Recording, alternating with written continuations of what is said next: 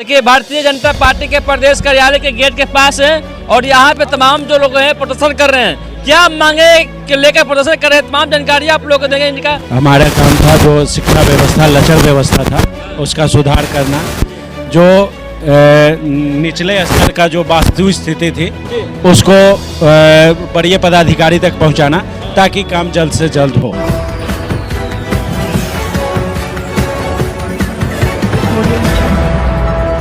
तो बिहार मिथिला न्यूज में स्वागत है। देखिए, भारतीय जनता पार्टी के प्रदेश कार्यालय के गेट के पास है और यहाँ पे तमाम जो लोग हैं प्रदर्शन कर रहे हैं। क्या मांगे के लेकर प्रदर्शन कर रहे हैं, तमाम जानकारी आप लोग को देंगे। इनका मांग क्या है, इनका डिमांड क्या है, सर आप लोग को मांग क्या है। पूरा भारतीय जनता पार्टी के प्रदेश कार्यालय पर धरना कर रहे हैं। लोग शिक्षा विभाग में आउटसोर्सिंग से कार्यरत थे। हमारा काम था जो शिक्षा व्यवस्था लचर व्यवस्था था उसका सुधार करना, जो निचले स्तर का जो वास्तविक स्थिति थी उसको बड़े पदाधिकारी तक पहुंचाना ताकि काम जल्द से जल्द हो, संपन्न हो। बीजेपी कार्यालय के पास क्यों धरना दे रहे हैं आप लोग। बीजेपी कार्यालय यानी चुनाव से पहले हम लोगों को आश्वासन मिला था कि आपका कार्य होगा, आप निश्चिंत रहें, आप लोग पुनः बहाल किए जाएंगे और वापस होंगे नौकरी में। लेकिन आश्वासन आज भी वही का वही है।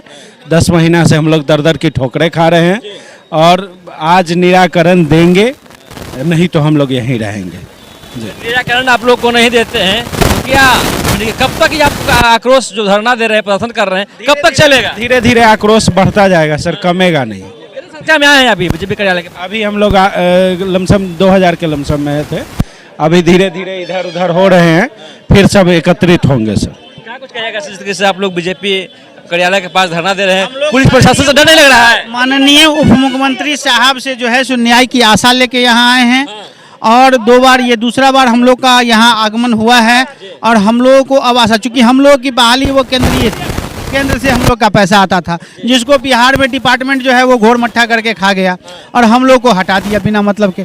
हम लोग केंद्र में एनईपी 2020 के जो नई शिक्षा नीति में जो शिक्षा का सुदृढ़ीकरण करना था व्यवस्था का, उसके तहत हमारी बहाली हुई थी। इसका मतलब बिहार सरकार को शिक्षा से मतलब नहीं है, तो वो स्पष्ट करेंगे ना, कह देंगे ना कि हमको बिहार में शिक्षा से मतलब नहीं है, यहाँ के बच्चे चोर बने, बंगोर बने, जो बने, स्कूल ना जाएं, कुछ ना करें, इसलिए आप लोग को हटा दिया गया। क्योंकि हम लोग थे तो ये सारा काम कर रहे थे, बच्चों को स्कूल ला रहे थे, बच्चों को स्कूल में अच्छी शिक्षा हो उसकी प्रखंड स्तर पर देखरेख कर रहे थे।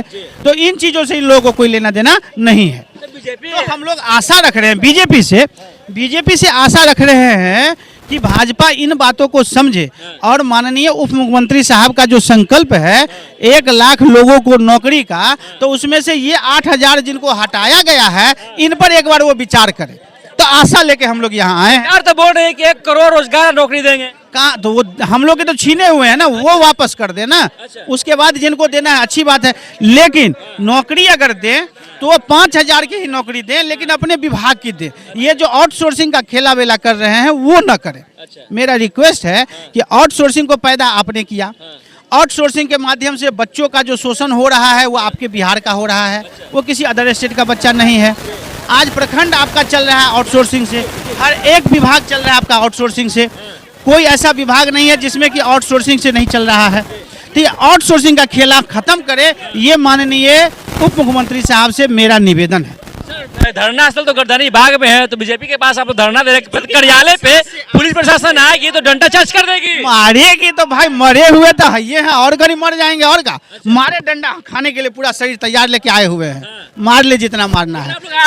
जवाब दें, मेरा सवाल का जवाब दें वो कि आखिर ये जो नवयुवक पढ़े लिखे यहाँ रोड पर धरना दिए हुए हैं, इनका काम जो कंप्यूटर पर लेना था वो अच्छा जरूरी था कि यहाँ धरना कराना जरूरी था। तो हम ये जानना चाह रहे हैं, बीजेपी के जो वरिष्ठ नेता हैं उनके साथ बैठ के हम पूछना चाह रहे हैं कि आप बिहार के नवयुवकों के लिए क्या सोच रहे हैं। जो नवयुवक कार्यरत था उसको बेरोजगार कर दिए बिना किसी काम के, जबकि जितने भी हमारे बीपीएमयू डीपीएमयू में कार्यरत लोग थे उन सबों की सघन जांच हुई, उनके दस्तावेज से लेके उनका पुनर्परीक्षण तक किया गया। आपने जब बहाली किया तो एक प्रक्रिया को फॉलो किया, हटाते समय कोई प्रक्रिया नहीं, ये क्या मजाक है। तो हमारा जो प्रश्न है वह माननीय उप मुख्यमंत्री साहब जब से फिर दोबारा कार्यकाल में आए हैं तो जितने जोश और खरोश के साथ आए हैं, एक्शन मूड में आए हैं। चाहे सम्राट चौधरी की बात कर ले जाए, चाहे मुख्यमंत्री जी को बात कर ले जाए, चाहे विजय सिन्हा जी को बात कर हाँ, ले जाए। तो उनके उस मूड में हम लोग देखना चाह रहे हैं कि हम लोगों पर वो क्या विचार कर रहे हैं। जो हम लोग 10 महीना 11 महीना से सड़क पर हैं, तो हम लोग पर क्या विचार कर रहे हैं इस एक्शन में। एक बार हाँ, हम ये भी चाह रहे हैं कि जो हम लोगों की यह दुर्दशा किया है, जो भी कर्मचारी है इसमें मिला हुआ, जो भी संलिप्त है, उसकी जांच हो और उसको निलंबित करे। इस तरह का जो एक घेरा उन्होंने बनाया आउटसोर्सिंग का, तो फिर आउटसोर्सिंग से बहाली क्यों हुई? अगर वो न्याय करना चाह रहे हैं तो आउटसोर्सिंग कंप्लीट बिहार से समाप्त करे और सभी बच्चों को, जितने भी कर्मचारी हैं आउटसोर्सिंग से, विभाग खुद ले ले, उसको 2000 कम ही सैलरी दे। समझेगा लोग बिहार में जॉब कर रहा है, बिहार सरकार का जॉब कर रहा है, ये आउटसोर्सिंग से रख लिए, कंपनी मनमानी करता है। अभी हम लोग सड़क पर हैं, कंपनी हमारे साथ कहाँ खड़ा है जब नौकरी हम लोग को ले रहा है। अभी यहाँ पे आप लोग प्रदर्शन कर रहे हैं, कोई बड़े नेता यहाँ पे आए हैं? बड़े नेता क्यों आएंगे? उनको कोई जरूरत हमारी होगी आने के लिए कि आप लोग शांत हो जाइए? कोई अभी तक नहीं आए हैं। अब देखिए, आशा करते हैं कि आपके माध्यम से अगर उनके कानों में आवाज़ हमारी चली जाए तो एक बार हमारा दुख सुन ले वो। हम तो यही आशा करेंगे, जो भी हमारे मीडिया के भाई लोग हैं, इनके माध्यम से उनके कानों में हमारी आवाज़ जाए कि आखिर यह 8000 जो नवयुवक हैं, जो पढ़े लिखे हैं, जो कहीं ना कहीं 5-10 वर्ष जॉब कर रहे थे, वो बिहार आए, बिहार के विकास में काम करने, योगदान देने के लिए, कंधे से कंधे मिला के चलने के लिए, और उनको क्या है, उनका कंधा ले लिया गया, उनको सड़क पर छोड़ दिया गया। तो ये जानना चाह रहे हैं हम। देखिए, अभी हम भारतीय जनता पार्टी का प्रदेश कार्यालय पे हैं। देखिए, प्रदेश कार्यालय पे सब लोग बैठ गए हैं। अगर सरकार नहीं सुनती है, अगर बड़े नेता नहीं सुनते हैं, तो आपातकालीन लोग धरना पर रहेंगे और बीजेपी कार्यालय पर लगातार ये लोग प्रदर्शन करते रहेंगे। तमाम खबरें के साथ आप लोग बने रहें। अगर चैनल पर नहीं है तो चैनल को सब्सक्राइब करें, वीडियो को तमाम दोस्तों में शेयर करें और आप देखते रहें बिहार मिथिला न्यूज। तब तक